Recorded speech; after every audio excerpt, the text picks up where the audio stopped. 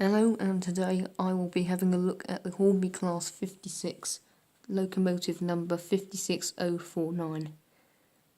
The detail on this Hornby locomotive is very good, and so is the livery and how it runs and that sort of stuff. The locomotive has also got running lights and a working fan, although I have already, I didn't even snip the fan because when I got this off eBay, the fan mechanism wasn't there. Maybe for some reason someone had just taken the whole fan bit out, because the fan does apparently does put strain on the motor, causing it to run badly or even cause damage to the motor. But that's the land of eBay. The locomotive itself weighs a lot and is very nice in pretty much all areas. Running lights and sprung buffers and an opening door, completely useless, but it's there nonetheless. It's a very nicely done loco. The roof is maybe slightly a bit disappointing because it's all quite moulded compared to the Hornby Retorque HSTs, not the one I have here. You can see there's everything really on there, it's quite nice.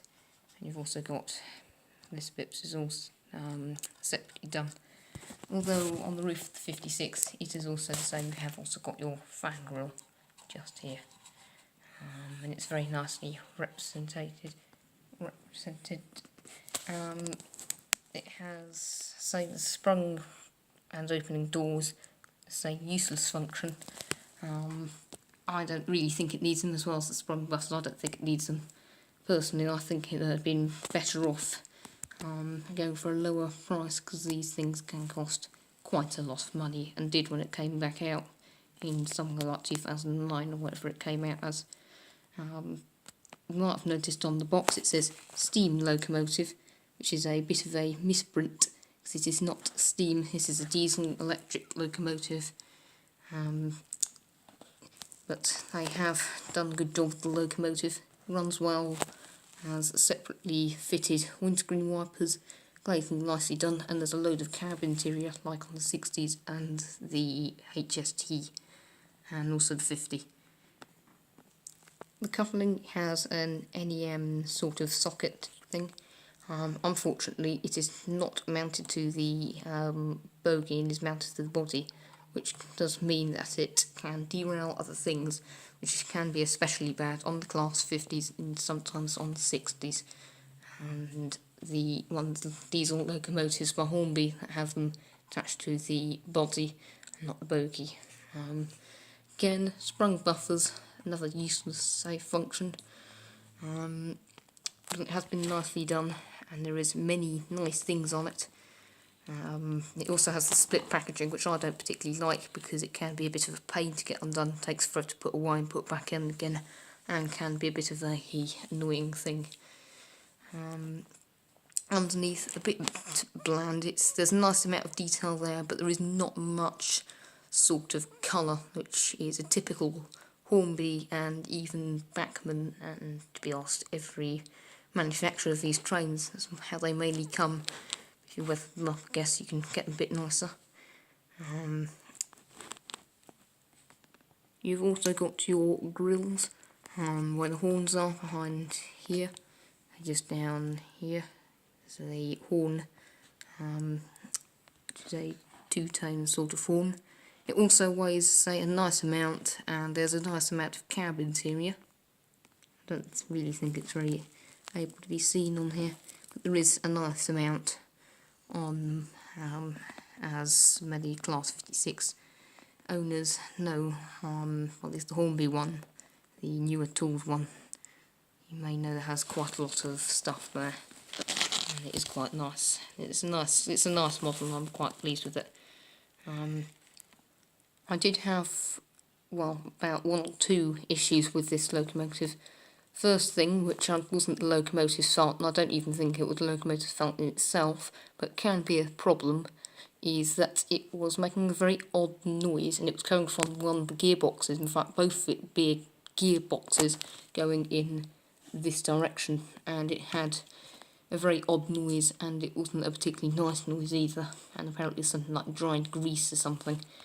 Whatever it's called, can't remember, that's my guess. But it's a nice enough loco, very strong, very heavy, nice amounts of detail that you can put on, which I quite like. I like popping detail on and then putting them on the track and doing stuff with them. It has got, say, directional lights, your under frame details, okay. I'd more like colour if you could, but maybe the weathering would take it up. But it would be nice if there was bits and bobs of detail just going around here. Colour details, quite a lot of moulded detail and bits and bobs, and there's actually quite a lot of separate detail. That's a little pipe there, and you've got your sandboxes. I think the sandboxes. You need a bit of your little pipes that go out to go on the wheels. I think they're the sandboxes, not sure. It's a nice locomotive, so I'll put it on the track and see how it runs. Well, I know how it runs, but so you know how it runs. So here it is on the track, the Class 56 by Hornby. You can see where the fan's been removed. You can see right down here, the fan bits are around here-ish. You can see that there would be a fan in there. Did mean I didn't have to stack the belt, the rubber belt that goes from the fan down to the fan mechanism down to the flywheel, which is just around here-ish. And you've got your motor with your flywheels going out onto the gearboxes, into the all the cogs and all the stuff like that, down to power the train and that sort of thing. Let's see it run.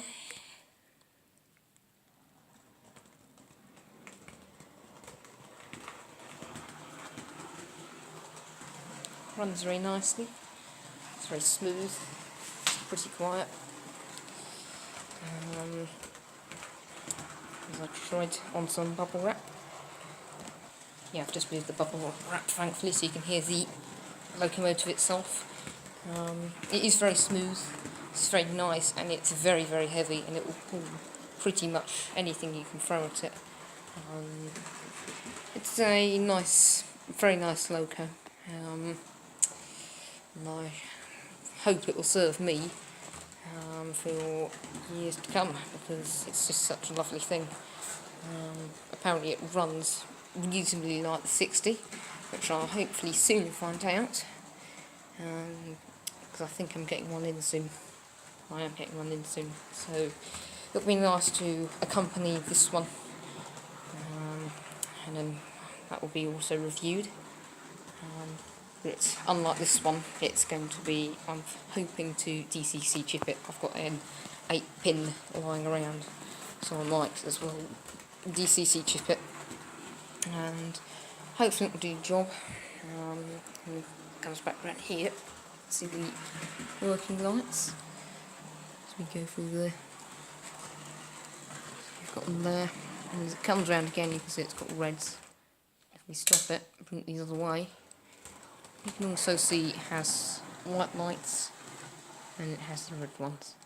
It doesn't have a cab light, but I don't particularly mind, because on the Bachmann 66, when it's in DC, it's always on, and because it's always on, it's not amazing because it's in 2 cabs, so it's in the front one, and then you've also got it in the back one. And I don't really think it's as realistic and as nice, and I just feel that it being either just in 1 cab in directions, there will be 2 light bulbs, but only one. When it's going like this direction, it's only the front one. When it's going in this direction, it's the other one. Because otherwise, when they're both on, it's not particularly nice, and I don't particularly like it. It can just ruin the look of it. Would I recommend buying it? I don't know. When it's served me a very, very long time, hopefully, and if I feel that it's done a very good job, then maybe. But I think I would, because it's just it's a really nice locomotive. But there has been a few little issues with it, but it's largely been nice things to run. Very strong, very nice, And I don't really think I've had any issues with the silly coupling system. So it should be, I think it's a good enough loco.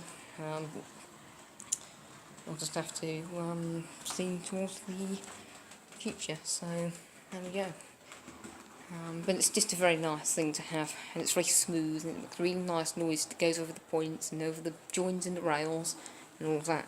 And on this that there's some very small little like bits in the rail, so when it goes across it just makes a really nice noise. It's just how I laid it when I did the lines. So thanks for watching. If you've managed to get through the whole video, then I congratulate you.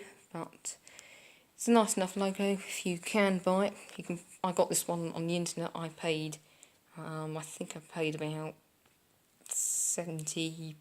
I've made a offer, and I managed to, I think, pay 70 quid. Well, you can probably find them for around that bit, and if you bid for one, you can probably get it for a reasonably nice price. I recommend one, and if you've got the money and you think it's going to be a good feel out, I will get one. So there we go. That's the Hornby Glass 56. Thanks for watching.